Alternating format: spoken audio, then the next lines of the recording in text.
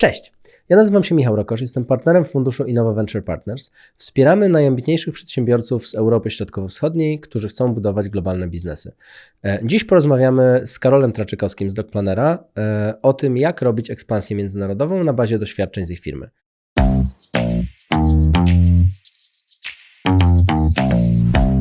Cześć Karol, dzięki za przyjęcie zaproszenia.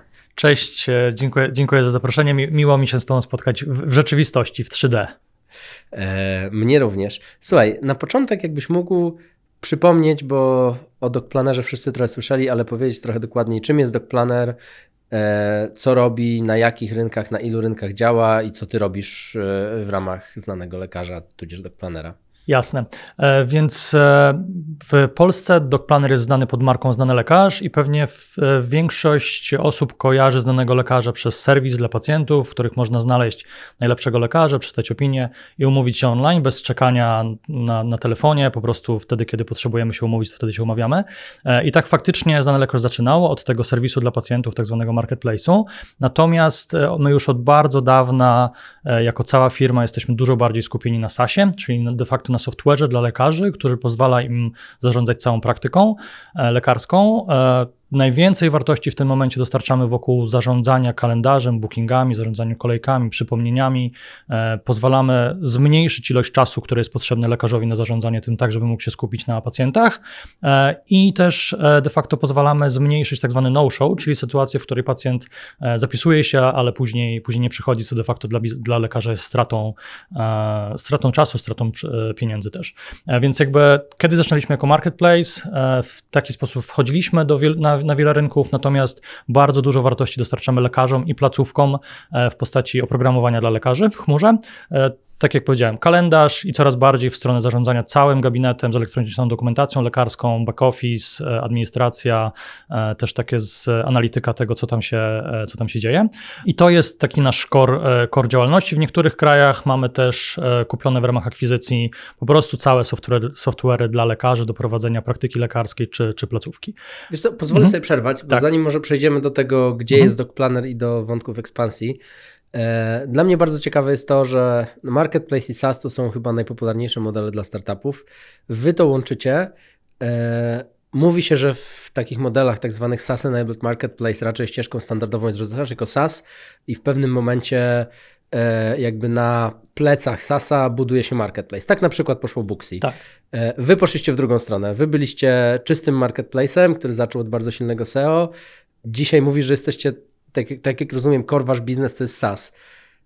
Jak się przechodzi z Marketplace'a do SaaSa? Tak, to prawda, to taki niestandardowy model i ostatnio po tym jak dokonaliśmy akwizycji w Niemczech, kupiliśmy Yamedę, to znajoma z tamtego rynku powiedziała, że to jest dla niej zaskakująca akwizycja, bo jeszcze nie widziała firmy, która przeszłaby z Marketplace'u do SaaSu właśnie. No powiedziałem, no to właśnie to zrobił Znany Lekarz, to zrobił DocPlanner, czyli zaczynaliśmy jako Marketplace i przesunęliśmy się w stronę SaaSu, więc de facto zaczęło się od tego, że jak zaczynaliśmy, to byliśmy miejscem, w którym pacjenci mogą znaleźć lekarza, mówić się do niego, no i musieliśmy znaleźć sposób na to, żeby ten pacjent trafił do lekarza, w sensie, żeby lekarz wiedział, że ten pacjent do niego przyjdzie. No i na początku to była po prostu, można powiedzieć, kartka papieru, przekazywanie telefonem lekarzowi informacji, że ktoś przyszedł, no ale w pewnym momencie chcieliśmy zrobić dwie rzeczy. Po pierwsze, przekazywać tą informację jak najszybciej do lekarza, żeby on tą informację miał, że ten pacjent będzie, no a po drugie, co jest super ważne w przypadku bookowania, no to żeby na Marketplace była widoczna live faktyczna dostępność lekarza, czyli żeby to nie były jakieś takie sloty, które on kiedyś zadeklarował, później kogoś umówił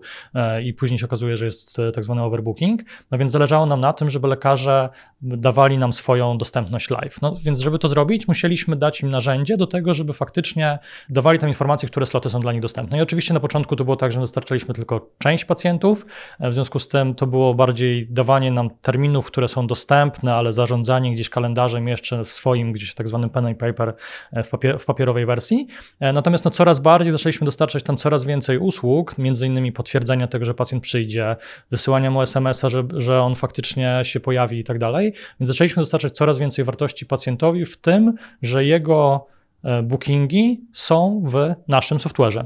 No więc okazało się w pewnym momencie, że lekarzowi opłaca się trzymać wszystkie bookingi, zarządzać całym kalendarzem w naszym software'ze, tym, który faktycznie jest do tego dostosowany. No i wartość, którą my dawaliśmy, taki user experience, bardzo dużo też nowej takiej wartości dodanej, okazało się, że jest lepsza niż te software'y, które były na rynku, albo one w ogóle nie miały części kalendarzowej, albo ona była na przykład nie wystawiona do pacjentów, nie było możliwości bukowania online. Więc de facto, zaczynając od marketplace'u, dając na początku lekarzom proste narzędzie do zarządzania tą dostępnością, zaczęliśmy tam dostarczać coraz więcej wartości, no i wtedy w pewnym momencie okazało się, że jakby nasze rozwiązanie jest na tyle dobre, że ma dla nich sens przełączyć się zupełnie na to, co my dostarczamy w tym zakresie.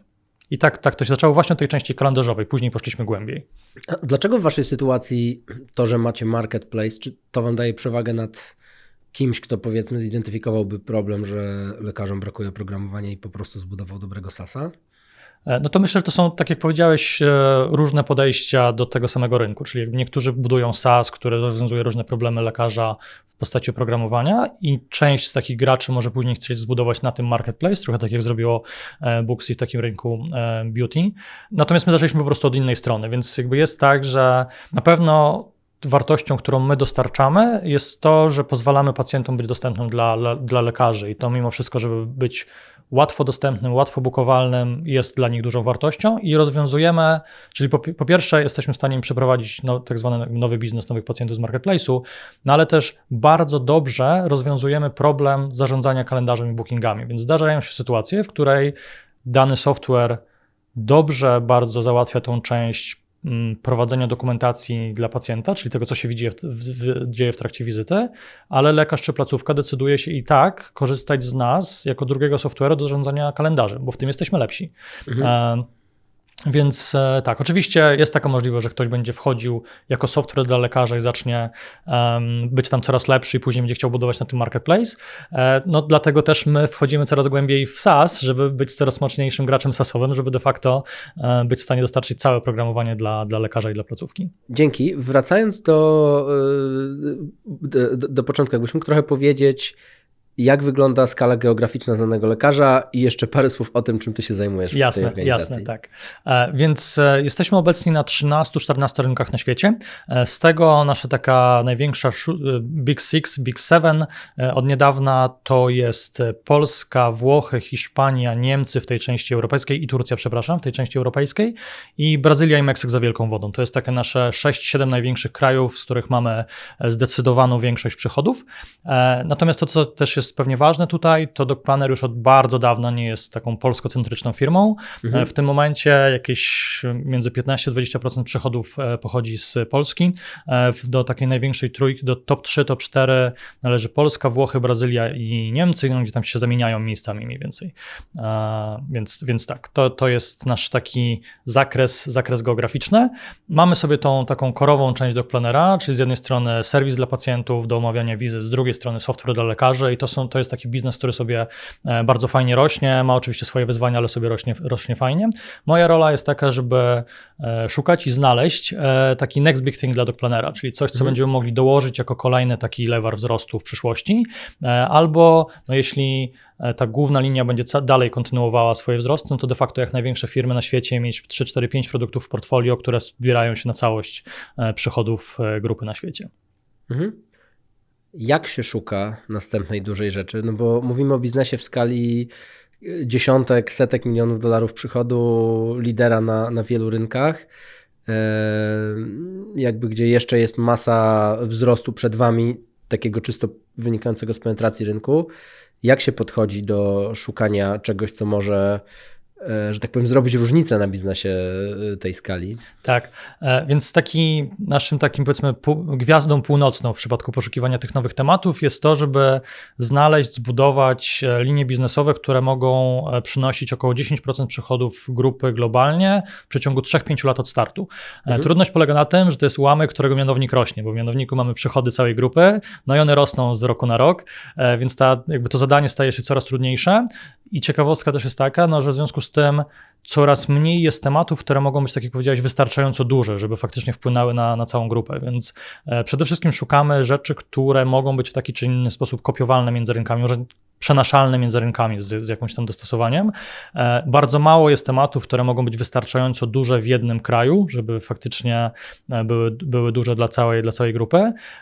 Więc to jest taki nasz, powiedzmy, ograniczenie, które mamy, czyli jakby jest wiele tematów, które powiedziałbym jest ciekawe, bardzo teraz na czasie, no ale zastanawiamy się, czy to w przeciągu 3-5 lat może być wystarczająco duże dla całej grupy, więc są takie tematy, które czasem są takie błyszczące, bardzo trendy, ale mówimy sobie na poziomie takiego market sizingu, szacowania rynku, że to po prostu w tym momencie nie będzie dla nas wystarczająco duże i się tym nie zajmujemy, mimo tego, że wiele osób może chciałoby to robić, więc to jest taki moment, który trzeba powiedzieć fajne, ale nie robimy. Myśląc dalej, mamy pewnie takie dwie najważniejsze ścieżki. Pierwsza zwana przeze mnie od zera do bohatera, czyli mamy pomysły przychodzące z różnych miejsc, czy to z firmy, od inwestorów, od pracowników, od klientów, użytkowników, gdzie staramy się zobaczyć jakby co mogłoby być tym next big thing, powiedzmy, i przechodziłem przez taki klasyczny proces, powiedziałbym, budowania wewnętrznego startupu, przez jakościową walidację, eksperymenty, właśnie sprawdzanie, czy ten rynek jest wystarczająco duży, przez budowanie później prototypu i dojście do momentu, w którym faktycznie mamy pierwszych klientów i ten biznes zaczyna zdrowo rosnąć do sensownej skali i nadal widzimy po tym już jakimś czasie pracy, że to może być wystarczająco duże. I to jest taka rzecz, która bardzo często do nas wraca, czy jak już to wchodzimy i grzebiemy coraz głębiej, to bardzo często sprawdzamy, czy nadal wierzymy, że to może być wystarczająco duże. Czyli tak wygląda droga od zera do bohatera, jeżeli chodzi o generowanie nowych linii biznesowych, nowych produktów. Mówię, że jest jeszcze druga droga. Tak, więc pierwsza to jest ta od zera do bohatera, od pomysłu do pierwszego takiego zdrowego wzrostu. Druga to jest takie, kiedy staramy się skomercjalizować produkt, który już mamy, ale albo w nowym kraju, czyli to jest taka ekspansja geograficzna, albo do nowego segmentu w kraju, w którym już jesteśmy. No i pewnie ta ekspansja geograficzna to jest taki przykład, który jakby w miarę jest wszystkim łatwo zrozumieć, bo po prostu mamy produkt i patrzymy, gdzie on jeszcze może mieć product market fit, tak jak mówiliśmy sobie wcześniej. Natomiast ta druga rzecz to jest to, żeby zobaczyć sobie, czy w kraju, w którym jesteśmy, są segmenty, w których nas jeszcze nie ma i możemy dostarczać wartość podobnym produktem. No i jedna rzecz, którą zrobił DocPlanner, to na początku współpracowaliśmy z indywidualnymi lekarzami, małymi placówkami i tak dalej, no i zaczęliśmy iść w górę rynku i to się wydarzyło tak w miarę organicznie, czyli powiedzieliśmy sobie, coraz większe placówki, jesteśmy w stanie dostarczyć coraz większą wartość, zobaczmy, na ile ich potrzeby się różnią, czasem ten produkt musi być trochę inaczej, gdzieś tam więcej zaczyna być istotna taka, powiedzmy, enterprise'owa obsługa klienta, albo też czasem elementy produktu, które są enterprise'owe, gdzieś może się pojawić potrzeba jakiejś integracji, jakiejś takiej wymiany danych po API albo coś takiego. Inny przykład, który jest taki najświeższy w naszym przypadku, to jest praca z lekarzami pierwszego kontaktu we Włoszech, czyli do tej pory DocPlanner współpracował głównie ze specjalistami z rynku prywatnego. Tak jest w Polsce i tak jest w większości innych krajów. Natomiast w ostatnim czasie zaczęliśmy też współpracować, czy jakby wchodzić w segment lekarzy pierwszego kontaktu, więc mamy przede wszystkim lekarzy pierwszego kontaktu, a nie specjalistów, i lekarzy na rynku publicznym, a nie na rynku prywatnym. I tutaj jakby znowu rolą tego mojego zespołu było to, żeby zrozumieć, jakie są potrzeby tego segmentu, czy produkt, który mamy, mniej więcej tam pasuje, czy musimy coś bardzo mocno zmienić, no i de facto faktycznie zacząć tam sprzedawać. Więc też było tak, że rok temu nie mieliśmy tam żadnych klientów, teraz jesteśmy na poziomie 400 klientów płacących i gdzieś tam skalujemy zespół, więc jakby faktycznie trzeba było zrozumieć, jak ten produkt trzeba przepakować. W tym przypadku okazało się, że wystarczyło go, nazwijmy to, opakować właśnie inaczej, czyli o niektórych rzeczach nie mówić, o niektórych rzeczach mówić więcej. No i zacząć faktycznie znowu robić to rozpoznanie sprzedażą, czyli po prostu stworzyliśmy produkt taki, który pasował do potrzeb klientów, które znamy i był blisko produktu, który mamy, i zaczęliśmy go po prostu sprzedawać lokalnym zespołem włoskim, który już tam był, i okazało się bardzo szybko, że zaskoczyło, czyli bardzo szybko zaczęliśmy być w stanie domykać pierwsze sprzedaże. Na podstawie nagrań i feedbacku od handlowców byliśmy w stanie zobaczyć, czego nam jeszcze brakuje, i faktycznie zacząć wchodzić głębiej w ten rynek, i okazuje się, że tak, to jest jakby rok temu nie mieliśmy tego wcale, w tym momencie stało się to elementem naszej strategii firmowej, żeby być faktycznie w tym rynku lekarzy pierwszego kontaktu. Na razie skupiamy się na Włoszech. Natomiast jakby ta ścieżka taka komercjalizacji obecnych produktów do nowych segmentów albo nowych krajów jest też jednym ze sposobów budowania nowego biznesu w dużej firmie. A czy to jest tak, że macie jakiś rynek, na którym najpierw odpalacie zawsze produkty i potem staracie się iść na pozostałe 13? Czy macie już dzisiaj tak zdywersyfikowane portfolio, że na każdym rynku są trochę inne produkty, które sprzedajecie? Powiedziałbym, że korowy produkt jest wszędzie taki sam. W ogóle bardzo długo staraliśmy się robić tak, żeby przede wszystkim od strony technologicznej, produktowej ten sam produkt był wszędzie dostępny, czyli żeby jeśli rozwijamy to w jednym miejscu, to żeby można było to wdrażać wszędzie, więc tych lokalizacji było przez bardzo długo było ich bardzo mało. Natomiast jeśli mówimy o testowaniu nowych produktów, nowych usług, to powiedziałbym, że to bardzo zależy od tego, gdzie widzimy, że ten fit może być największy, albo na przykład skąd przychodził taki zapotrzebowanie od klientów, skąd ono przychodziło, to tam często zaczynamy budować, czy zaczynamy budować koncepcję i później sprawdzamy, czy to może się sprawdzać na innych rynkach. Są takie produkty, które zaczynaliśmy na przykład testować we Włoszech, takie jak właśnie lekarze pierwszego kontaktu, zaskoczyło tam i sprawdzamy na innych rynkach, czy może zaskoczyć, ale są też produkty, które uruchomiliśmy w Brazylii i w Meksyku i tam zaskoczyły i będziemy sprawdzali niedługo, czy mogą zaskoczyć też w innych krajach. Czyli nie macie jednego rynku, który wszystkie doświadczenia tam robicie, tylko taki, który jest najbardziej obiecujący dla danego produktu, to jest ten, gdzie to najpierw... Tak, i pewnie jako drugi wybierzemy ten, w którym czujemy, że w tym produkcie różnica będzie największa, bo to też może zależeć od produktu, czy od tam czego chcemy wdrożyć, no to są takie, powiedzmy, pewnie wdrożylibyśmy właśnie, nie wiem, był produkt, który wdrożyliśmy w Polsce, bo jest taka specyfika płacenia za usługi. Drugim rynkiem, który testowaliśmy, była Brazylia, bo specyfika płacenia za usługi jest zupełnie inna, wiedzieliśmy, że to będzie kluczowe, więc chcieliśmy zobaczyć, czy to tam zadziała. Okej, czyli że w Polsce byłoby najłatwiej, żeby zadziałało, w Brazylii najtrudniej i taka trochę metoda tam najmniejszych kwadratów. Tak. No więc spodziewamy się, że pozostałe rynki będą wtedy gdzieś pomiędzy mniej więcej. Super ciekawe, nie znałem takiego podejścia. Znałem podejście, że testuje się w Australii, bo to na końcu świata i nawet jak się coś zepsuje, to nikt nie zauważy. A to robimy akurat często, jak robimy jakieś takie bardziej ryzykowne eksperymenty produktowe, no to wtedy, żeby nie zrobić jakiegoś dużego problemu sobie w jakimś znaczącym rynku, to testujemy go w tak zwanym małym kraju, małym z perspektywy liczby użytkowników, przychodów i tak dalej i wtedy to włączamy na przykład w tym małym kraju, patrzymy jak się to zachowuje tam, jeśli jest ok, to wtedy wchodzimy sobie na inny kraj, więc powiedziałbym, że bardziej ryzykowne rzeczy testujemy w taki sposób. A jak wygląda, jak już macie wytypowane, widzicie, że to jest, nie wiem, opportunity na $50 milionów rewe, powiedzmy, wszyscy się z tym zgodzili, nie wiem, jak to dalej wygląda, żeby taką inicjatywę sprawdzić? Tu znowu powiedziałbym, że to jest klasyczne podejście, w takim, którym jakby znowu budujemy wewnętrzny startup, czyli zaczynamy robić eksperymenty, najpierw takie. To znowu, pewnie nie ma też takiego momentu, w którym mówimy, wszyscy się zgodzili, już wszystko wiemy, teraz już tylko trzeba to zrobić. Więc jakby za każdym razem jest tak, że mamy jakąś estymację, jak duże to może być, ale jest dużo niewiadomych. No i teraz te niewiadome trzeba zacząć rozwiązywać. Na początku to są takie bardziej jakościowe rozmowy, no i później coraz bardziej przechodzimy w takie rzeczy ilościowe. I to może być zrobienie eksperymentu, w którym postawimy landing page, będziemy na niego zbierać ruch zarówno ze znanego lekarza, jak i z innych zewnętrznych źródeł i patrzymy, czy on faktycznie konwertuje, czy ci ludzie zaczynają z tego korzystać, albo nawet w ogóle czy przechodzą przez taką ścieżkę zakupową na początek, więc po prostu taka tradycyjna konwersja. Więc powiedziałbym, że to nie różni się bardzo mocno od takiego klasycznego sposobu, klasycznej ścieżki próby zbudowania biznesu. To, co jest różnicą w naszym przypadku, to jest to, że staramy się szukać rzeczy, które wykorzystują już tak zwane asety, które już mamy. Czyli z jednej strony mamy bardzo dużo pacjentów, którzy przychodzą do naszych serwisów. Mamy też bardzo dużą liczbę lekarzy, którzy korzystają z naszych usług. Mamy 130 000 lekarzy, którzy na całym świecie korzystają z naszych płatnych usług i tutaj możemy też budować nowe rzeczy. No i mamy też technologię, czyli rozwiązania, które już teraz istnieją w firmie i możemy je bardzo szybko w miarę możliwości dostosować do tego, co jest potrzebne. Więc to są takie 3 pewnie filary, na których staramy się oprzeć. No bo jeśli nie wykorzystujemy takich filarów strategicznych, które mamy, no to tak naprawdę jesteśmy kolejną firmą, która mogłaby coś chcieć zbudować na świecie, no i możemy twierdzić, że jesteśmy mądrzejsi niż inni, to co jest pewnie nieprawdą i możemy twierdzić, że mamy jakieś tam środki finansowe ze spółki, no ale biznesy teraz startujące są w stanie pozyskać finansowanie VC, powiedzmy, więc też mają tą korzyść.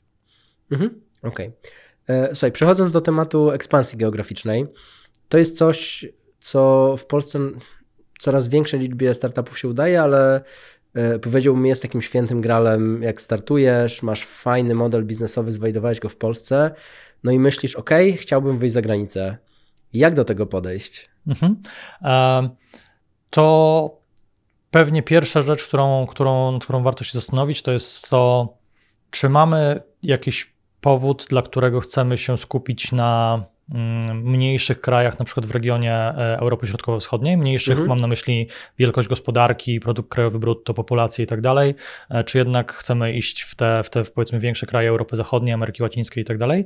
I tutaj powodem może być to, że po prostu dana firma chce zbudować lidera w Europie Środkowo-Wschodniej i praca z większą liczbą małych krajów jest dla nich ok. To jest po prostu ich strategia działania, to też może być ciekawy kierunek. W naszym przypadku, co prawda mieliśmy nawet jako dokładnie... Przepraszam, a to właśnie, to jak podejść do tego, żeby zdecydować, na jakie rynki chcę wychodzić? Tak, to właśnie. Mam pierwszą hipotezę, podbiję Stany, nie? Największy rynek, tak. Fajny. Druga, wygram Europę. Trzecia, pójdę w nasz region. Jak byś do tego podszedł? Skąd wziąć wiedzę? Jaki framework myślowy zastosować, żeby się zbliżyć do decyzji, które geografię atakować? To myślę, że to, od czego warto zacząć, to zrobienie sobie takiej, nazwijmy to, wysokopoziomowej shortlisty, w której po prostu bierzemy sobie kraje, które nas mogą interesować z różnego powodu. Czasem, bo inni tam wchodzili, czasem, bo to jest duży kraj, czasem, bo to jest egzotyczny kraj, czasem, bo chcielibyśmy tam mieszkać. No i warto sobie zrobić taką wysokopoziomową analizę, w sensie jak duże to jest kraj, jak dużo tam mieszka osób, jak duża jest gospodarka na przykład, czyli powiedzmy tam produkt krajowy brutto. I też jakąś musimy znaleźć metrykę, która podpowiada, jak duży to może być rynek dla naszego biznesu. W przypadku znanego lekarza to jest to, jak dużo jest lekarzy na danym rynku i też, co pewnie jest ważne, ile kosztuje wizyta pojedyncza u lekarza. No więc z tego można sobie zacząć patrzeć, robić jakieś sobie nawet takie powierzchowne estymacje, mnożąc jedno przez drugie wychodzi nam, jak duży to może być rynek, czyli na przykład, nie wiem, ile zarabiają lekarze w ciągu miesiąca, albo jak dużo płacą ludzie za wizyty, zakładając, że chodzą raz na pół roku do lekarza. Więc mamy jakąś taką przybliżenie tego, jak duży to jest rynek. No i to pozwala nam zrobić taką, powiedziałbym właśnie, shortlistę krajów, które mogą być dla nas interesujące. Pewnie warto sobie wziąć 5-10 takich krajów. Natomiast traktowałbym to znowu bardziej jako takie kierunkową informację, niż to, że na pewno te 5 krajów, które tam wyszło najlepiej, to za nimi trzeba iść.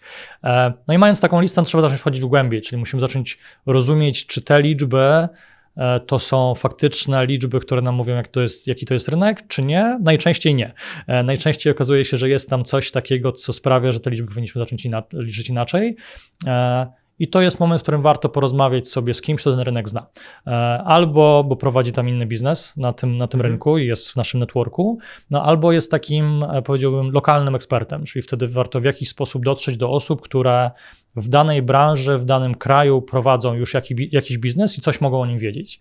Czyli robię shortlistę 10 krajów, a potem szukam w każdym kraju kogoś, kto już siedzi w naszym biznesie, żeby zrozumieć, dlaczego ewentualnie te liczby mogą mnie okłamywać. Dokładnie. Dowiadujemy się wtedy wielu rzeczy, że ten biznes jednak w danym kraju może działać inaczej. W przypadku Możesz podać jakiś przykład, że na shortliście wyglądał wam jakiś kraj atrakcyjnie, a wyszło, że on nie ma sensu, albo odwrotnie? Może inaczej. Nie tyle nam wyszło może, że nie ma sensu, ile okazało się, że ten po prostu rynek nie będzie tak duży, jak się spodziewamy. Jednym z przykładów jest na przykład Brazylia, kraj, który ma 220 milionów ludzi, jest krajem wielkości Europy, warto sobie zdać z tego sprawę, więc bardzo duży potencjalny rynek, natomiast akurat w przypadku znanego lekarza okazuje się, że bardzo duża część społeczeństwa korzysta z ubezpieczenia medycznego, w związku z tym i pozycja ubezpieczycieli jest tam na tyle silna, że ta cena, którą widzimy w cennikach jako wizyta lekarska, którą płaci pacjent, jeśli pójdzie, zapłaci gotówką, to w przypadku wizyty z ubezpieczenia lekarz dostaje dużo mniej, w sensie 30%.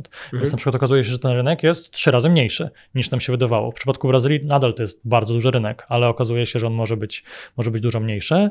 Inny przykład, Niemcy, bardzo duży kraj, bogata gospodarka i tak dalej, więc myślimy sobie dużo lekarzy, drogie wizyty rozliczane w euro, więc też to przemawia do wyobraźni, więc te liczby takie wysokopoziomowe są wysokie, natomiast okazuje się, że w Niemczech 90% osób korzysta z ubezpieczenia publicznego, w związku z tym nie płacą za wizyty z kieszeni, w związku z tym musimy trochę patrzeć i nagle się okazuje, że lekarze są zawaleni pacjentami. Trochę możemy to porównać do polskich publicznych placówek służby zdrowia, gdzie okazuje się, że lekarze niekoniecznie są zainteresowani tym, żeby mieć więcej pacjentów, a taka jest wartość często z marketplace'u, są bardziej zainteresowani tym, żeby dostać software do uproszczenia obsługi, do zaoszczędzenia czasu i tak dalej. Więc jeśli na przykład testowaliśmy sobie jeden z produktów, który faktycznie pomaga skonwertować więcej zainteresowanych osób w płacących pacjentów,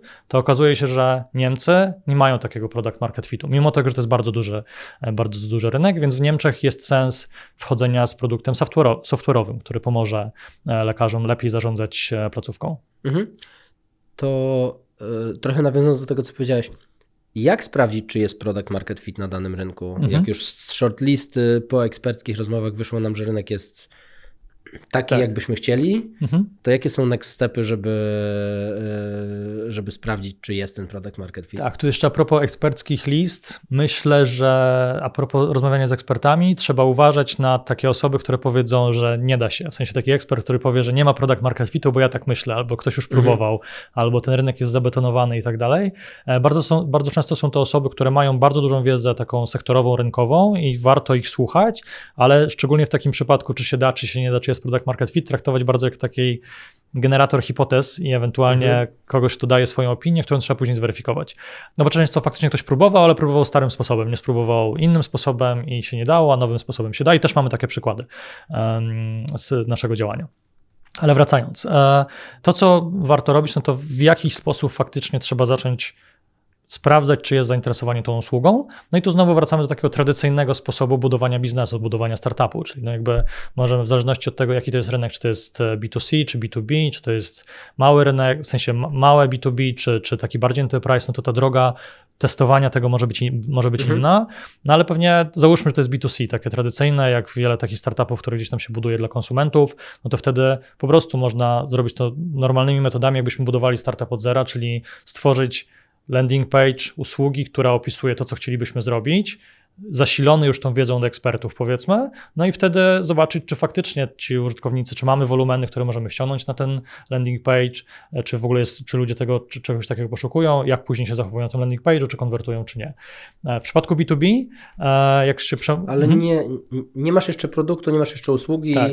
To w Google to nazywają chyba fake door experiment, że po prostu ściągasz ruch na tą stronę, patrzysz, ile on kosztuje, tak? I ci ludzie nie mają możliwości kupić, ale przynajmniej chcesz zobaczyć, ilu wyraziło swoimi klikami. Tak, no jakby pierwszą informację, którą już uzyskujemy, to jest w ogóle wolumen wyszukiwań w Google, jeśli jakby na przykład na tym chcemy oprzeć na przykład swoje kanały akwizycji, co w wielu przypadkach takich B2C jest bardzo istotne. No więc jakby patrzymy, czy w ogóle ludzie szukają rozwiązania problemu, który my chcemy rozwiązywać. No bo jeśli się okazuje, że nie szukają, no to prawdopodobnie to już też jest dla nas informacja, że nawet możliwe, że my mamy fajne rozwiązanie problemu, który nikt nie jest zainteresowany. Więc to już jest pierwsza informacja. I później sprawdzamy sobie właśnie, czy ten produkt istnieje, czy nie istnieje, to można ten ruch tam puścić. No bo wyobrażam sobie też, że mamy stronę, która już istnieje, bo ją gdzieś mieliśmy i przetłumaczenie jej na lokalny język albo wrzucenie jej nawet po angielsku jest proste. No to wtedy może warto postawić tą stronę i ściągać ruch na tą konkretną stronę tego istniejącego już produktu, skoro wychodzimy od istniejącego produktu. Ale stworzenie też landing page'u, który de facto jest bardziej badanie zainteresowania, też jest ok, bo daje nam jakieś informacje. Okej. No dobra, załóżmy, że nie wiem, wyszło nam, że Niemcy to jest ten rynek, który chcemy atakować. Jak się odpala pierwszy nowy kraj? Tak, to teraz to jeszcze jedna rzecz, o którą pewnie warto powiedzieć, no bo to było B2C, a często też jest tak, że firmy wchodzą z jakby biznesem B2B. No i wtedy to znowu jedną z takich rzeczy, no to jest takie rozpoznanie sprzedaży, czyli zakładamy już, że wiemy dużo, czyli wiemy jaki mieliśmy problem do rozwiązania, wiemy od tych z wielkości rynku, od ekspertów, że to może mieć sens, no to faktycznie trzeba zacząć po prostu rozmawiać z klientami, czyli po prostu trzeba wysłać ludzi, nie wiem, czy oferujących, sprzedających tą usługę, które zaczną rozmawiać z klientami, prowadzą tą rozmowę w sposób, który nie tylko jest pitchowaniem tego naszego rozwiązania, tylko próbują najpierw zrozumieć problemy, czy ktoś ma te problemy, jak duży to jest dla nich problem, co by się stało, gdybyśmy ten problem rozwiązali i wtedy możemy spróbować zaoferować tą usługę, którą mamy, no i zobaczyć, czy ta osoba będzie zainteresowana tym, żeby wejść w to, czy nie. No więc jakby to znowu rozpoznanie, takim faktycznie rozmawianiem z klientami, rozpoznaniem z sprzedażą tego produktu na danym rynku. Kto ma robić to rozpoznanie? To znaczy... Przykładowo, w Niemczech jest dosyć spory opór. Bardzo często w niektórych branżach w ogóle ludzie mówią tylko po niemiecku, znaczy mówią słabo po angielsku, ale jest stosunkowo duży opór kulturowy, żeby biznesowo robić coś nie z Niemcami. Mhm. To jeden z przykładów. To my w przypadku tego, kiedy, tak jak powiedziałem, testowaliśmy i to akurat robił mój zespół, testowaliśmy jeden z produktów, który już mieliśmy w portfolio na rynku niemieckim, to zrobiliśmy to w taki sposób, że po prostu znaleźliśmy handlowców, akurat takich powiedzmy z zaprzyjaźnionej gdzieś firmy, osoby, które są w stanie prowadzić ten proces sprzedaży z klientem na miejscu, po niemiecku, w sensie native speakerów niemieckich i faktycznie oni na te spotkania chodzili. Natomiast tu ważne jest to, jak wszędzie, w tych pierwszych krokach, nie powinniśmy się bawić głuchy telefon, czyli jakby ktoś idzie na jakieś spotkanie, tam rozmawia z klientem i później nam to przekazuje i jeszcze gdzieś tam gubimy coś przez tłumaczenia, powiedzmy. No to tutaj ważne jest to, żeby ta widoczność na to, co się dzieje, była jak największa. No jednym ze sposobów, które my staramy się stosować jak najczęściej, jest po prostu nagrywanie spotkania. Czyli takim, żeby jeśli ja byłem odpowiedzialny za to, żeby ten produkt na tym rynku niemieckim przetestować, to ja starałem się albo dołączać na spotkanie i przynajmniej też patrzeć, jak wygląda taka reakcja klienta na wideo, powiedzmy, czy on jest zainteresowany, czy raczej jest znudzony i tak dalej. Natomiast jeśli jestem na tym spotkaniu albo mam nagrane to spotkanie, to jestem w stanie je przetłumaczyć sobie, nawet jakimś takim automatycznym translatorem i zobaczyć, jak ta rozmowa przebiegała, czy ten handlowiec zapytał o te rzeczy, które ja chciałem, żeby on zapytał, czy jednak tego nie robił, no bo też może być tak, że on wróci po 10 rozmowach, powie nie da się. No i teraz ja nie wiem, co się na tych rozmowach wydarzyło, czy on to zrobił jakościowo, czy nie jakościowo, to w tych pierwszych krokach trzeba być bardzo blisko tego. No dobra, czyli wiemy już, że chcemy odpalić konkretny rynek, mamy zidentyfikowane potrzeby. Jak to się robi? Mamy tylko zespół w Polsce i jaki byś powiedział jest manual na odpalenie pierwszego zagranicznego rynku? Tak, to w ogóle, a propos jak powiedziałeś manual, to myślę, że jakby warto wyjść z takiego myślenia manual, w sensie kroki, które na pewno zadziałają. Mogę powiedzieć o krokach, które zadziałały w przypadku DocPlannera, one niekoniecznie mogą zaznaczać coś dla innych. To jest o tyle ważne, że bardzo często jest tak, że gdzieś z kimś rozmawiam i ktoś mówi, bo wy robicie tak, albo ale ta firma robi tak i ja muszę zrobić tak samo.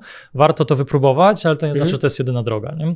I teraz jakby to, co zadziałało w przypadku DocPlannera, to jest, szczególnie jeśli ten rynek budujemy sobie, no bo właśnie, można się zastanowić nad tym, czy budujemy ten rynek od zera, czyli stawiamy coś samemu, czy tam już ktoś robi ten biznes, w który my chcemy wejść, no i może warto rozważyć albo jakieś partnerstwo, albo akwizycję. Więc to jest taka pierwsza rzecz, ale ona jest w ogóle też istotna, jak analizujemy sobie rynek, no to też trzeba zobaczyć, czy na tym rynku są już gracze, którzy robią podobną robotę, co my, rozwiązują podobny problem. No i wtedy jedną z rzeczy, którą trzeba rozważyć, no to jest to, czy próbujemy kupić takiego gracza, czy to ma dla nas sens, czy wchodzimy organicznie. No i można się zastanawiać, jak podjąć tę decyzję. No to jakby pierwsza z takich rzeczy to jest jakby próba oszacowania skali tych graczy, czy to jest taka skala, która nas interesuje, czymś pomoże. No bo jakby sama akwizycja, to, co nam daje, to jest kupienie czasu, czyli jakby trochę zwalidowanie, że ten rynek działa, no bo skoro już tam jacyś gracze działają, to prawdopodobnie jest już jakiś product market fit, jak sobie z nimi porozmawiamy. No a poza tym kupujemy czas, no bo okazuje się, że jakby jak wchodzimy na ten rynek, kupujemy firmę, to ona ma już jakichś ludzi zatrudnionych, coś już sprzedają, ma płacących klientów, ma relacje z klientami, ma może jakiś trafik zebrany i tak dalej, więc to jest taka największa korzyść z dokonania takiej akwizycji. No i teraz warto zobaczyć, jacy są ci gracze na rynku, no i warto zacząć z nimi rozmawiać, więc żeby sobie zobaczyć, to co w przypadku DocPlannera jest ważne, jak zaczynamy rozmawiać z takimi firmami, to jest to, czy to jest zdrowa firma, która zdrowo rośnie, może nawet niekoniecznie bardzo szybko, bo jeszcze tego nie potrafi, ale jest jakby rosnącym, zdrowym biznesem, to jest jedna rzecz.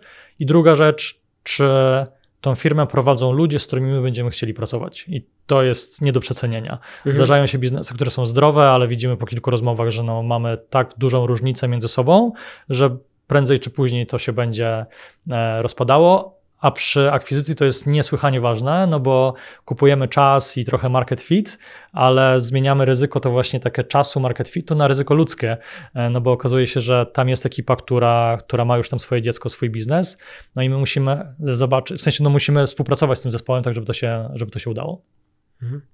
Wiesz co, bo wskoczyliśmy do wątku tych przejęć. Tak. I jest takie trochę, powiedzmy, miejska legenda, że jednak większość przejęć się nie udaje i ten czynnik ludzki jest bardzo ważny. Ja tutaj zderzam się z dwoma jakby opiniami, że z jednej strony jak kupujesz firmę kogoś, kto jest przedsiębiorcą, founderem, to tej osobie bardzo ciężko będzie się wpasować w inną firmę i przyjąć rolę gdzieś tam w drugim czy trzecim szeregu.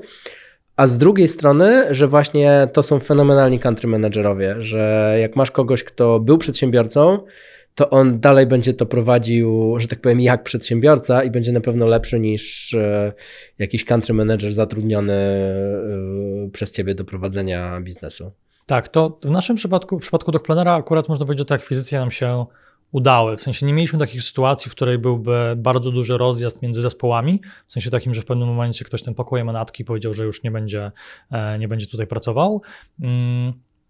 Więc myślę, że to udało nam się rozwiązać, w sensie takiego problemu nie mieliśmy. Myślę, że tutaj bardzo ważny jest ten wątek takiego rozmawiania wcześniej o tym, no właśnie próby poznania się trochę, tak po prostu po ludzku, no i też mniej więcej porozmawiania o tym, jak to mogłoby wyglądać. Chociaż my bardzo często podchodzimy do tego, że no jeszcze nie wiemy dokładnie, jak ten setup w przyszłości ma wyglądać, no bo może się okazać, że to jak zaczniemy to lepiej rozumieć, to się okaże, że wasz produkt jest lepszy i powinniśmy wasz produkt tam skalować, a nie nasz, albo poukładać to jakoś inaczej. Więc to jest bardziej kwestia tego, że faktycznie staramy się zobaczyć, to są zwykle dojrzałe osoby, które mają jakiś taki mindset przedsiębiorcy, w związku z tym to się udaje poukładać. W naszym przypadku, jeśli dobrze kojarzę, jednak to też zależy właśnie, jaki ma taki background ten powiedzmy szef tej firmy lokalnie, bo na przykład niekoniecznie musi być taką osobą, która chce dalej prowadzić wielką część tej firmy, w sensie być odpowiedzialna za P&L, nazwijmy to, może chcieć na przykład skupić się na produkcie i tak nam się w wielu przypadkach zdarzyło, albo może chcieć się skupić trochę na doradzeniu w firmie strategicznym, takim gdzie pójść dalej, albo wystartowaniu nowych rynków, więc jakby takie setupy też się udają i powiedziałbym, że z naszej perspektywy to się raczej udawało. No, u was chyba taką największą akwizycją to było, nie wiem czy to nazwać akwizycją czy połączeniem, ale to była Doctoralia, nie? Która przeniosła was na, powiedziałbym, chyba inny poziom. Ale bo ja aż tak dokładnie nie znam, ile mniej więcej akwizycji przeprowadził DocPlanner? To powiedziałbym, że były takie 3 znaczące akwizycje marketplace'owe, czyli kupowaliśmy marketplace. Pierwsza była w Turcji, druga to była faktycznie Doctoralia w Hiszpanii, która była dla nas też takim przyczółkiem, żeby sobie pójść do Brazylii i Meksyku. No i niedawno niemiecka Yameda, więc jakby to są takie 3 największe marketplace'owe, plus mamy za sobą 3 takie akwizycje software'owe i to jest po prostu gracz software'owy, który dostarcza rozwiązanie software'owe dla placówek lub lekarzy na danym rynku. Mieliśmy taką akwizycję, jedną we Włoszech, jedną w Hiszpanii. Więc... Po co się kupuje marketplace, a po co się kupuje biznes software'owy? Tak, no to myślę, że marketplace jest głównie kupieniem, w obu przypadkach to jest jakby kupienie czasu i jakiegoś asetu, który już tam jest i pozwala startować nie od zera. No w przypadku marketplace'u, jak na pewno wiesz, budowanie marketplace'u od zera to jest jakby długi, ciężki i drogi biznes, bo zbudowanie takiego liquidity i tego, że coś zaczyna faktycznie kręcić, zajmuje dużo czasu i kupienie marketplace'u, który już jest rozkręcony do jakiegoś poziomu, pozwala po prostu bardzo mocno przyspieszyć czas i bardziej pracować nad wzrostem tych źródeł, powiedzmy trafiku, czy zarówno jakby obu stron tego marketplace'u. Więc tak. No i to oczywiście te marketplace'y były znowu potrzebne nam do jakiejś części tego naszego biznesu marketplace'owo-sasowego. W przypadku software'u to nasza teza jest taka, że będziemy w stanie kupić bazę klientów, którą w pewnym momencie jesteśmy w stanie wmigrować w jedno rozwiązanie, które jest rozwiązaniem połączonym w jakiś sposób. A druga sprawa jest też taka, że to jest trochę kupienie tego SaaS-enabled marketplace, czyli nagle kupujemy SaaS używany, czy software używany przez jakąś bazę lekarzy, jesteśmy w stanie im spróbować upsellować marketplace. Więc jakby to jest trochę bardziej przyspieszenie akwizycji lekarzy. Kupujesz połowę marketplace'u. Można tak powiedzieć, tak. Czyli te akwizycje software'owe to było przede wszystkim kupowanie bazy, a nie kupowanie samej w sobie technologii czy produktu? To powiedziałbym, że both do tej pory jest też tak, że szczególnie taki mam przykład z rynku włoskiego, gdzie współpracujemy, software znanego lekarza jest bardziej dostosowany do indywidualnych lekarzy małych, średnich placówek, natomiast kupiliśmy software, który jest przystosowany do większych placówek. Jak rozważamy też jakąś inną akwizycję, to mamy znowu software przygotowany do jeszcze większych placówek, więc jest tak, że po prostu jesteśmy w stanie też kupić technologię czy produkt, który jest dostosowany do segmentu klientów, do którego bardzo długo musielibyśmy pracować na to, żeby do tego segmentu faktycznie uderzyć. Okej. zamknę wątek M&A. Wydaje mi się, że jednak większość startupów w Polsce i ludzi, którzy mogą nas słuchać, będzie myślało o kierunku organicznym. Chyba, że uznasz, że to jest na przykład zły kierunek i powiedz, od razu zacznijcie myśleć o M&A, ale załóżmy, że odpalamy kraj organicznie. Jak to się robi? To ja tylko powiem, to na pewno jest naturalny kierunek. Warto zobaczyć, czy ten M&A nie jest możliwy. To wiadomo, oczywiście zależy od skali. DocPlanner miał już pewną skalę przy tych swoich pierwszych akwizycjach, natomiast Doktoralia była biznesem podobnym wielkością do znanego lekarza, kiedy kupowaliśmy, więc to też da się zrobić, więc warto o tym pomyśleć, zacząć rozmawiać z tą potencjalnym firmą, którą moglibyśmy chcieć kupić, w ogóle być w relacji, rozumieć też rynek i trochę wymieniać się doświadczeniami i możliwe, że w pewnym momencie przyjdzie właśnie ten moment, w którym jedna lub druga firma, druga strona będzie zainteresowana akwizycją lub jakby sprzedażą swojej firmy, więc wtedy dobrze jest mieć tą relację, nie? Więc jakby nawet jeśli nie chcemy tej akwizycji zrobić w tym momencie, to warto być w kontakcie z tą firmą po to, żeby wymieniać się doświadczeniami, może kiedyś zrobić akwizycję i w sumie tak było na przykład z Yamedą niemiecką. Okej. Wskakując w ten track organiczny, wiemy, że chcemy odpalić dany rynek, zrobiliśmy wszelkie researche, mamy jakiś tam kapitał, który jesteśmy w stanie zainwestować. Co dalej? Tak, to tylko jeszcze na podparcie tej tezy, że organicznie też można i też się da, no to znowu Znany Lekarz był od zera zbudowany w zasadzie w Polsce organicznie i jeden z naszych największych rynków, czyli Włochy, było zbudowane też w zasadzie od zera organicznie, więc to też nie jest tak, że tylko jedna droga działa, jedna i druga może zadziałać. W przypadku DocPlannera to, co zadziałało, to bardzo wczesne zatrudnienie takiego mocnego i głodnego country managera, czyli jakby nie stawialiśmy rzeczy tam z Polski jako satelita, powiedzmy i tak dalej, gdzie udajemy, że rozumiemy rynek, mamy relacje, mówimy po włosku, tylko bardzo szybko zatrudniliśmy mocnego country managera, który pomógł nam od zera budować tą strukturę, zamykał pierwsze sprzedaże i de facto budował jakby pierwsze relacje, budował zespół sprzedażowy. Co to znaczy mocny? Jak się szuka mocnego country managera? W naszym przypadku to są osoby z takim backgroundem komercyjnym, w sensie mówiąc prosto, osoby, które były menadżerami albo takimi senior menadżerami sprzedażowymi, czyli prowadziły już swój zespół sprzedażowy albo były dyrektorami sprzedaży.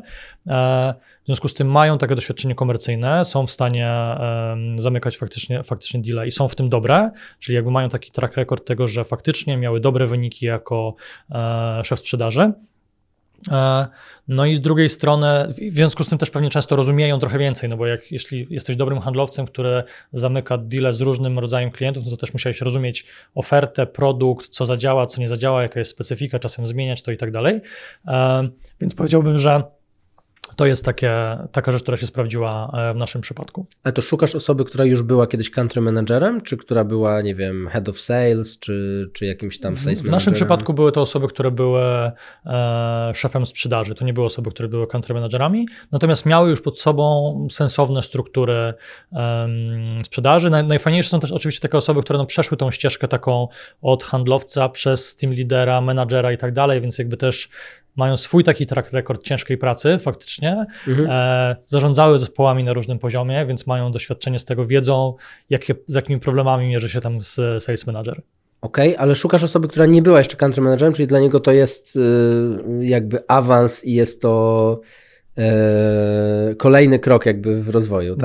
Dokładnie. To też tutaj to, co powiedziałem, taki mocny i głodny sales manager. Czyli te osoby, które były właśnie sales managerem, no to wejście w rolę country managera jest dla nich awansem, jest dla nich jakimś plusem, jest taką powiedzmy wyzwaniem, na które chcą wejść. Wydaje mi się, że to jest zawsze takie wyzwanie, żeby albo wyciąć kogoś takiego been done that, ale z drugiej strony, żeby on ciągle był głodny do tego, żeby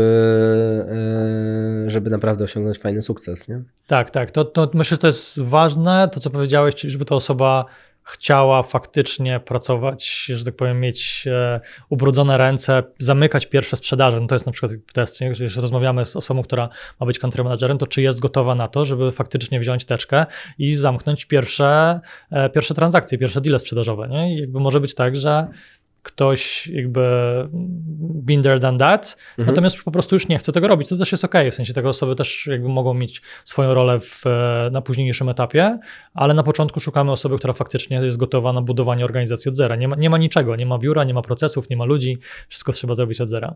Macie jakieś dobre praktyki, jak to sprawdzać w rekrutacji?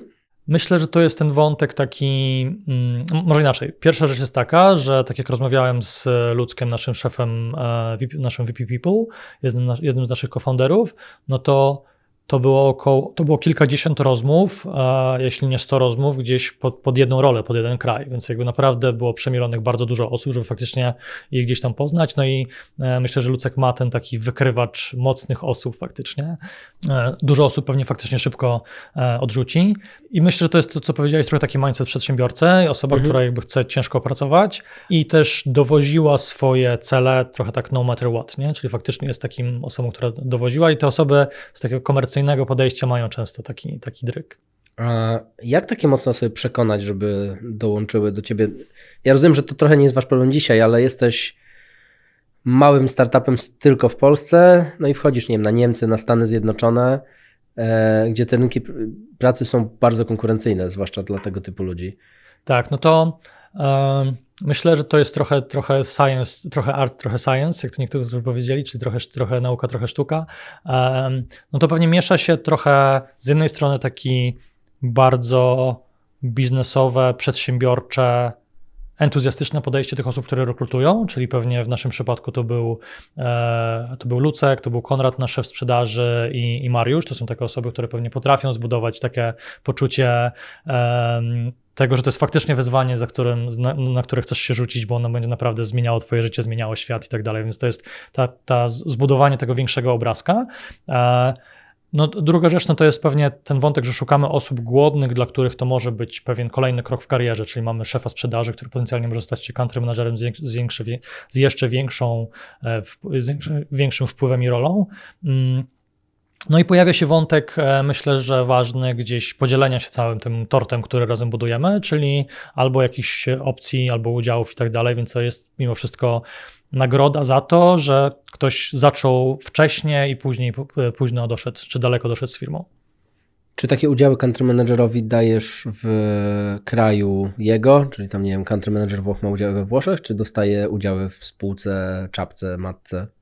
W naszym przypadku jest to raczej spółka, która jest całościowa, czyli to są udziały w całym, nazwijmy to, w całej grupie DocPlanner. Okej. Widziałem jedne i drugie praktyki. Macie 13 rynków. Z perspektywy firmy z Polski, która ma jakiś określony kod kulturowy, są jakieś kraje, w których się lepiej zarządza albo gorzej zarządza zespołami ze względów takich kulturowych?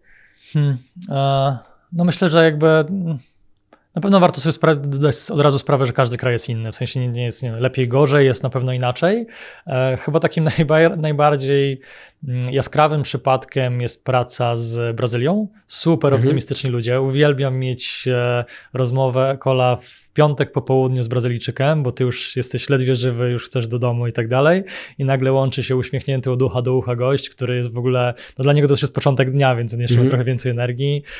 No i nagle się okazuje, że ty wychodzisz naładowany po takiej rozmowie, więc jakby to jest naprawdę fajne. I to też ciekawe, tu trzeba uważać z tego względu, że dla tych osób my jesteśmy bardzo często Polacy, wyglądamy jak smutni, obrażeni ludzie. W sensie takim, że jakby oni często pytają, czy coś się stało, czy w sensie, czy jakby tobie, w sensie, czy wszystko okej u ciebie, albo czy on coś nie tak zrobił i tak dalej. Więc jakby to jest taka rzecz, na którą warto zwracać uwagę. Natomiast no pewnie jest też tak, że ten taki optymizm przekłada się też na to, że czasem ich założenia są zbyt optymistyczne i warto wtedy jakby być przygotowanym na to, że takie pytania, które może inaczej, może nie kwestionują, ale jakby dopytują o założenia, dlaczego to jest tak, czy na pewno i tak dalej, żeby wyłapać różne rzeczy, żeby pamiętać o tym, żeby je zadać. W sensie pewnie jest tak, że jak pracujemy z kimś bardzo długo, znamy go i tak dalej, no to wiemy, jak zbudował te założenia, no to nie możemy sobie przełożyć tej kalki na osoby w innych krajach i powiedzieć, że tak będzie. No i tutaj Brazylia jest jakimś takim przypadkiem.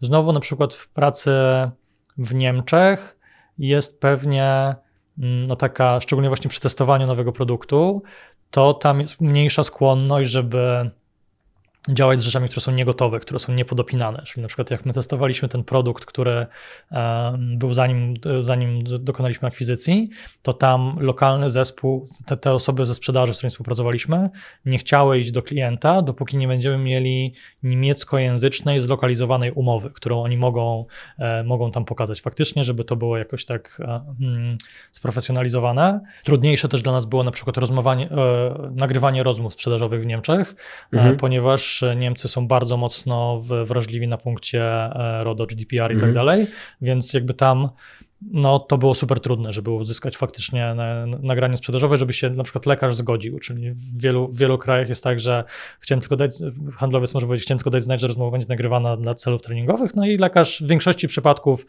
mówią, ok, nie mają z tym problemu. W Niemczech prawdopodobnie będzie to, ale dlaczego, wolałbym nie, czy możemy tego nie robić? Karol, wiem, że doradzasz różnym startupom i dzielisz się doświadczeniem. To w ogóle uważam, że jest super, że ludzie z takich firm jak DocPlanner dzielą się tą wiedzą i doświadczeniem, którego jest tak mało. Z czym startupy, którym doradzasz, mają największy problem? Jakie rady najczęściej dajesz startupom, zarówno tym, z którymi pracujesz, jak i tym, z którymi masz taki krótki kontakt? Myślę, że taką najważniejszą rzeczą to jest może to też wynikać z takiej mojej osobowości, ale to jest taki wątek trochę poukładania struktury, czyli tak naprawdę zwykle jest tak, że startup sobie gdzieś tam urósł, rośnie i tak dalej, on trochę biegnie do przodu, no i teraz chciałby jeszcze to i tamto w ogóle i tak dalej i teraz wszystko chcielibyśmy robić naraz. I bardzo częstym tematem jest taki wątek, no dobra, no to jakby jak wygląda nasza strategia, co my chcemy zrobić, gdzie my chcemy dojść i czy my mamy to, co jest nam do tego potrzebne, czy mamy takie jasno zdefiniowane to, w którą stronę my idziemy i jaki mamy pomysł na to, żeby tam dojść. Czyli taka, można by powiedzieć, szumnie nazwana strategia i często jest tak, że to nie jest jakoś tam super określone. Drugim wątkiem bardzo często jest mocny zespół, taki zespół, który ma wspierać foundera, no bo szczególnie na początku to jest tak, że ten founder bardzo dużo rzeczy robił, bardzo dużo rzeczy wiedział, i nie chce oddać tego poletka i nie znajdzie sobie mocnej osoby, której może faktycznie coś oddać i powiedzieć, dobra, teraz to robimy. Więc to ten taki mocny zespół co-founderów czy szefów i tak dalej działów jest taką rzeczą, która jest super istotna. Na szczęście mam okazję współpracować czy rozmawiać z firmami, które są w miarę dobre tak operacyjnie i egzekucyjnie, czyli faktycznie gdzieś to, co sobie tam jakby wymyślą, to faktycznie dobrze realizują i czasem jestem jakby bardzo pozytywnie zaskoczony. Pewnie ja jestem tą osobą, która więcej czasu spędziłaby na myśleniu, a tam już ekipa poszła do przodu i fajnie dowiozła rzeczy, które sobie wymyśliła. To taki pro tip z perspektywy VC. Wydaje mi się, że zatrudnienie bardzo mocnych osób to jest coś, co daje ekstra punkty, jak VC analizuje inwestycje, bo to jest bardzo często bariera, że founderzy mają problem, żeby zatrudnić ludzi, którzy w danej dziedzinie są lepsi od nich i naprawdę oddać im stery, bo na początku startupu to są potrzebne tak zwane szwajcarskie scyzoryki, gdzie w kilka osób można ogarnąć wszystko, bo nie ma tych zasobów i to jest, uważam, bardzo duży przeskok, który właśnie trzeba wykonać. Więc my na to bardzo, bardzo zwracamy też uwagę. No i pewnie trudnością dla founderów jest zawsze pytanie, no dobra, to jak znaleźć takie osoby, jak je zrekrutować, skoro ja nie jestem ekspertem, to jak mam takie osoby znaleźć? No to pewnie tutaj jakby dwa pomysły. No jeśli współpracujemy gdzieś z jakimś funduszem, to najczęściej fundusz jest w stanie w ten sposób pomóc, no bo albo sam już, to są też przedsiębiorcy, którzy mają doświadczenie, albo mają w sieci osoby, które są ekspertami w tej dziedzinie i są w stanie pomóc, no albo gdzieś właśnie takie zaprzyjaźnione osoby z innych firm, które faktycznie mogą pomóc albo z kimś połączyć. Przestrzegam przed znowu rekrutowaniem takich osób, które gdzieś tam są bardzo znane i gdzieś, które się bardzo mocno pokazują, bo wtedy się często może okazać, że ta osoba jest jakby mocna w tym, co pokazuje o sobie w internecie, ale później nie ma tej realizacji, nie? Znam takie case'y, które tak wychodziły. Ja ostatnio też miałem okazję gdzieś tam komuś powiedzieć, że jakby miałem tą osobę w rekrutacji, czy widziałem ją w kilku rekrutacjach, no mimo wszystko pewnie ma swoje mocne strony, ale nie tak mocne jak te, które można wymyślić po takim internetowym wizerunku. Karol, dzięki bardzo. Dla mnie super ciekawa rozmowa. Mam nadzieję, że dla wszystkich słuchających również. Myślę, że masa fajnych insightów. Jeśli spodobała się Wam ta rozmowa, to zapraszam do subskrybowania naszych kanałów na YouTubie, na Spotify'u, na Apple Podcasts, śledzenia naszego profilu na LinkedInie. Będziemy się starali równie ciekawe treści w przyszłości nagrywać. Karol, dzięki bardzo. Super, dziękuję za rozmowę, bardzo mi było miło.